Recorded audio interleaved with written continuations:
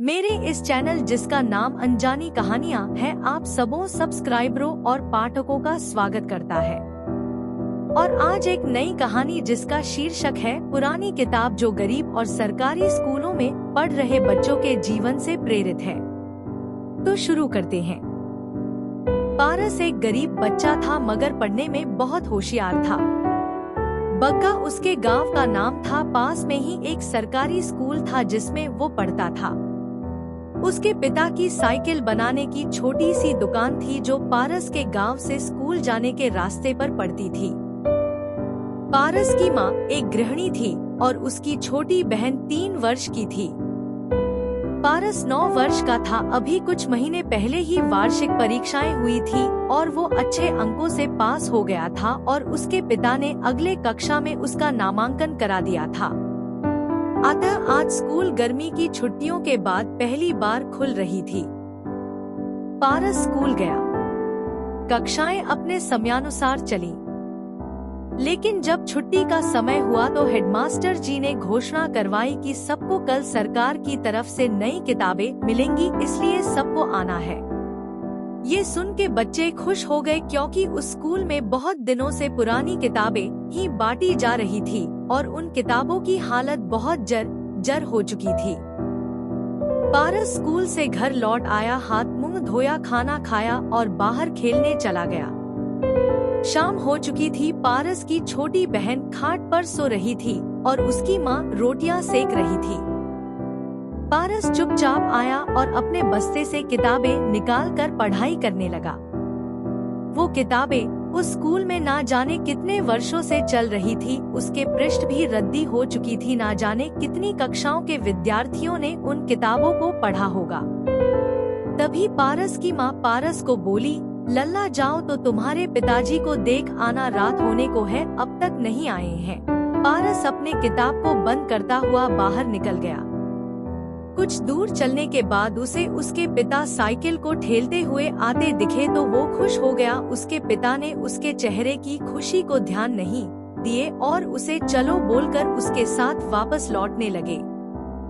दोनों पिता पुत्र घर आए और हाथ मुंह धोकर रात्रि भोजन के लिए रसोई में जाकर बैठ गए। घर की गृहिणी ने दोनों को भोजन परोसा और वहीं चूल्हे के पास बैठ गई और पारस के पिता की ओर देखकर बोली, देवर जी ने क्या कहा जी? पारस के पिता बोले, कल शहर जाना पड़ेगा, मंगल ने बुलाया है। शहर वहाँ से दूर नहीं था, लगभग 4 कोस की दूरी होगी।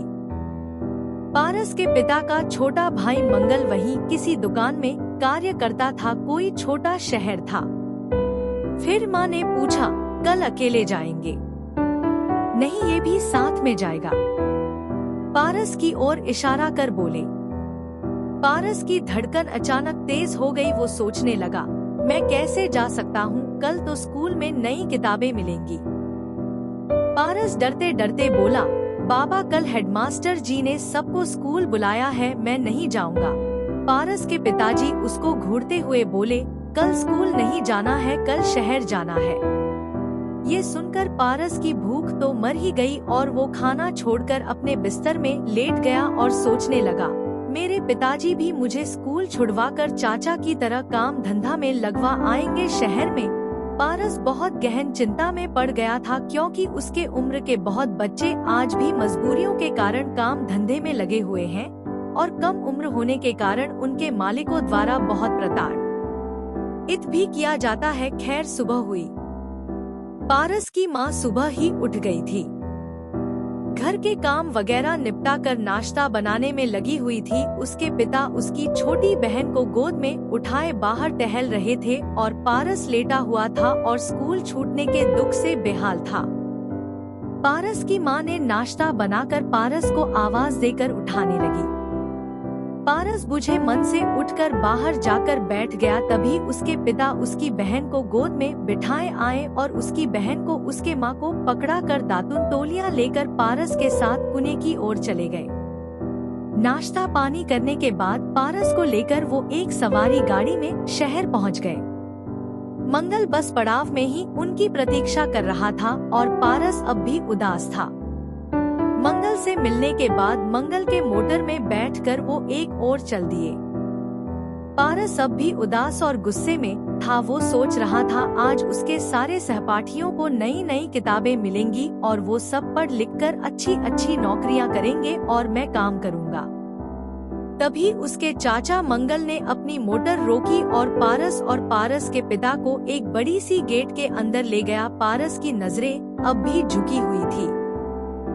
पारस को लेकर वो दोनों एक इमारत के कमरे में ले गए और पारस के पिता ने वहां गद्देदार कुर्सी में बैठे आदमी को अपना परिचय दिया तो उस आदमी ने पारस की तरफ देखा और कड़क आवाज में उनसे पूछा, यही वो बच्चा है परशुराम जी जिसकी तारीफ कर रहे थे?